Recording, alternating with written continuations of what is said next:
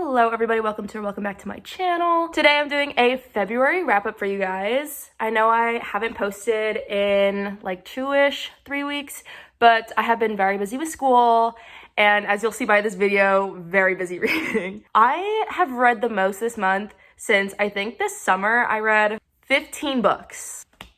And I really shouldn't have because, and side note, February is 28 days. How is this the most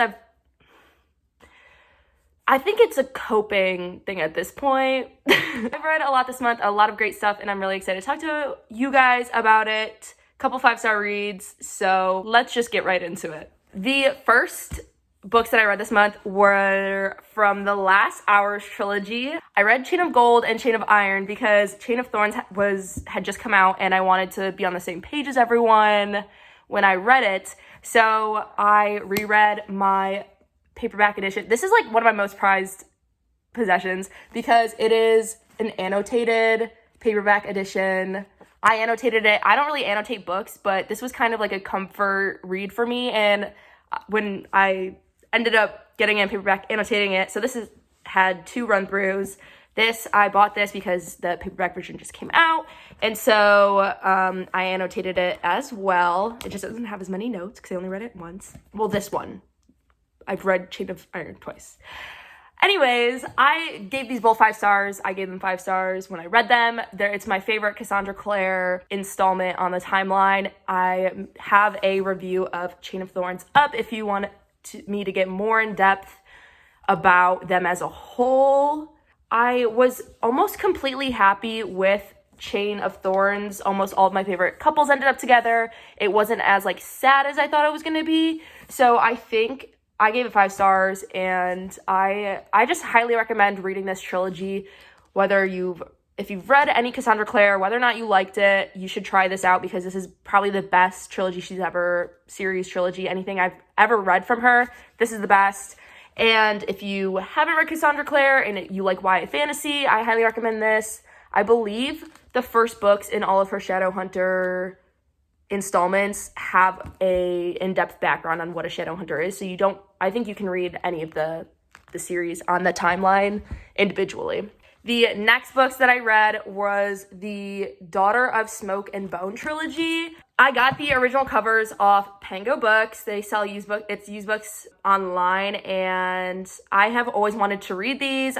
This was big when I was in middle school, and they're not really talked about anymore. It was really fun. I actually really enjoyed the magic system in this series, the plot in this series. I thought it was actually pretty interesting and it was really interesting, very original, which this is an older series, so I didn't feel like it was derived or anything. It didn't really remind me of any other series, so it was really fun to read. It follows Karu, who I absolutely loved. One of my favorite female main characters because she was amazing. So it follows Karu, and she has blue hair and speaks a billion languages, has lived all over the universe, and she's an art student in Prague, and she does work for her adoptive family. It's a little magic work, if you know what I mean. And one day she meets an angel, and suddenly the magic world she's always known kind of blows up and ends up being bigger than what she ever knew. And it's kind of her responsibility at this point to find her family, and the rest of the series follows her, I guess, saving the world. It was really good. It was really fun. I just love Karu, and I think that made me like it a little bit more than I would normally have because the love interest, Akiva, it's kind of insta-love, but it's not insta-love. If you read it, you get it. But that plot point is something that I typically don't like in books, but I thought it was done really well here, and I'm so happy that I finally read it, and I can display them on my fantasy shelf. I have always wanted to get these copies.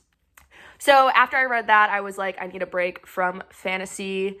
Actually, I don't even think I really needed a break, but my friend from home, for our little book club, we're reading the Beautiful series by Christina Lauren. So I read Beautiful Stranger, and then I read the novella Beautiful Bombshell.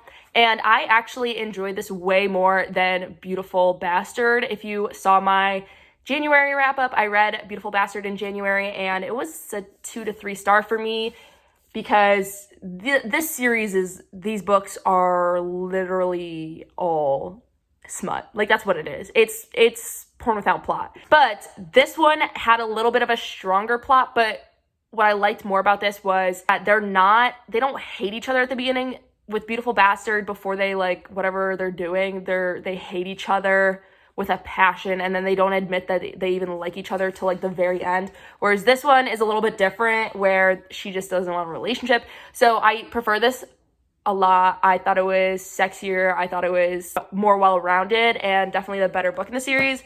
And then this novella, I read it just because it's in the series, and I wanted to, you know, be complete with it. It was overkill for me. It's kind of just like, it's a smutty novella. I mean, but also, what else do you want from a novella? I mean, yeah. So then, after I finished those, I don't know what possessed me to want to just, like, I don't know, be heartbroken, but I read The Way I Used to Be, and 5 stars. This book was amazing. And if you don't know what this is about, this is a YA, I guess, contemporary novel that follows Eden throughout her, I guess, 3 or 4 years. It's freshman, sophomore, junior, and senior. And it picks up right after her older brother's best friend rapes her. And it's how she kind of deals with what happened and her first love, her first heartbreak, her friends, and kind of figuring out how to deal with this secret and moving forward, trying to, I don't know, grow, I guess. It's amazing. I was genuinely sobbing at the end. I'll put pictures in here because the tears were flowing. But it was so good. I literally, like, I couldn't do anything after. I couldn't go to bed. I couldn't start reading a new book. Normally, if I finished this at, like, I think, like, 11 p.m., and it was, like, a weekend, so I was like, I could start reading a new book, but I couldn't because I just, like, felt it so strongly. I think I ended up just, like, cleaning, doing all my dishes, my laundry, everything in my apartment because I could not, like, stop thinking about this book, and I couldn't stop my eyes watering. The way that Amber Smith captures Eden's pain and describes it, and the relationships between her and her brother and everything is just, it's beautiful and it's tragic, and it made me so sad, but it was an amazing book, and I highly recommend. I think everyone should ever read this book. It was so good. Then I read The Problem with Forever by Jennifer L. Armentrout. I got this for like $5 at a used bookstore sale, and it was hardcover, pretty new condition, and I wanted to read it for a while, so the second I saw it, I was like, let me just get it, because it's gonna be $5 versus like a $10, $15 paperback. Hell yeah. So I got it, and I enjoyed it. It was just very much giving Wattpad story, and this is the thing, not in the sense where, because listen, I ate up Wattpad, I loved that, but not in the sense where it was like bad writing. I never will say that. I will never equate bad writing to Wattpad, but the storyline, her main, like, she is a girl with a troubled past, very quiet, and she kind of goes for this guy who has a troubled past, but he's like known as kind of like, not a bad boy, but he's just like, I don't know how to explain it. The plotline to me and character and like descriptions just very much like, if you know, you know. That's really all I can say about it. But it follows Mallory. Okay, it follows Mallory, and she grew up in a foster home, and now she is older, and she's gotten into a family, and it was a very traumatizing foster home, and now she's happy with her 2 parents. She goes to school, and on the first day she sees Ryder, who grew up in that same foster home as she did, and kind of protected her and shielded her from a lot of things. And so it's kind of them digging through their past and coming to terms with things while also facing the future. I don't know. It was really good. It was cute. It's a little YA romance contemporary. It's not completely a romance, but it is kind of a romance. But I don't know. It was good. It was like 3 stars for me, and that's really all I have to say about it. Next, I read Loveless by Alice Oseman, and well, first off, this is gorgeous, but I feel like unfortunately I didn't like it as much as I wanted to. I think I gave it 3 stars because I could not get past the fact of how not great Georgia's friends treat her. It follows Georgia, who has never had a crush, never been in love, kind of discovering her sexuality in college. But her 2 friends, they go through this whole thing, and I just feel like this character, Pip, I don't know. I felt like she didn't deserve a redemption because I just thought she was so horrible to Georgia, and everyone has their reasons for why they reacted to certain things a certain way, but I really felt like Georgia deserved better, and so this whole book, not the whole book, but a good chunk of the book is like after that argument, and I was just like so annoyed because I think Georgia deserved better.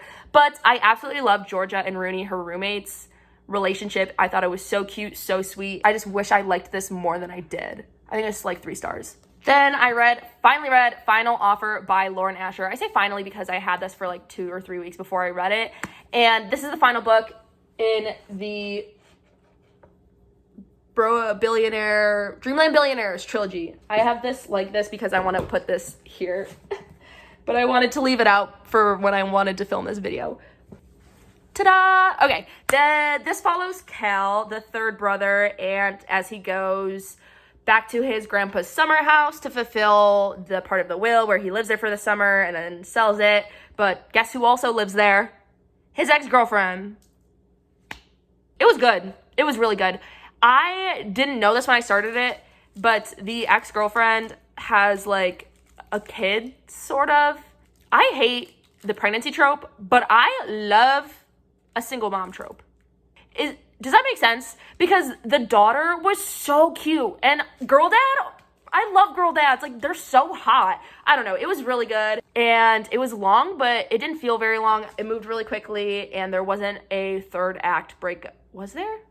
Oh, actually, yeah. You know what? My one drawback with it was that Lana she was very giving Cal a hard time when he didn't deserve one completely.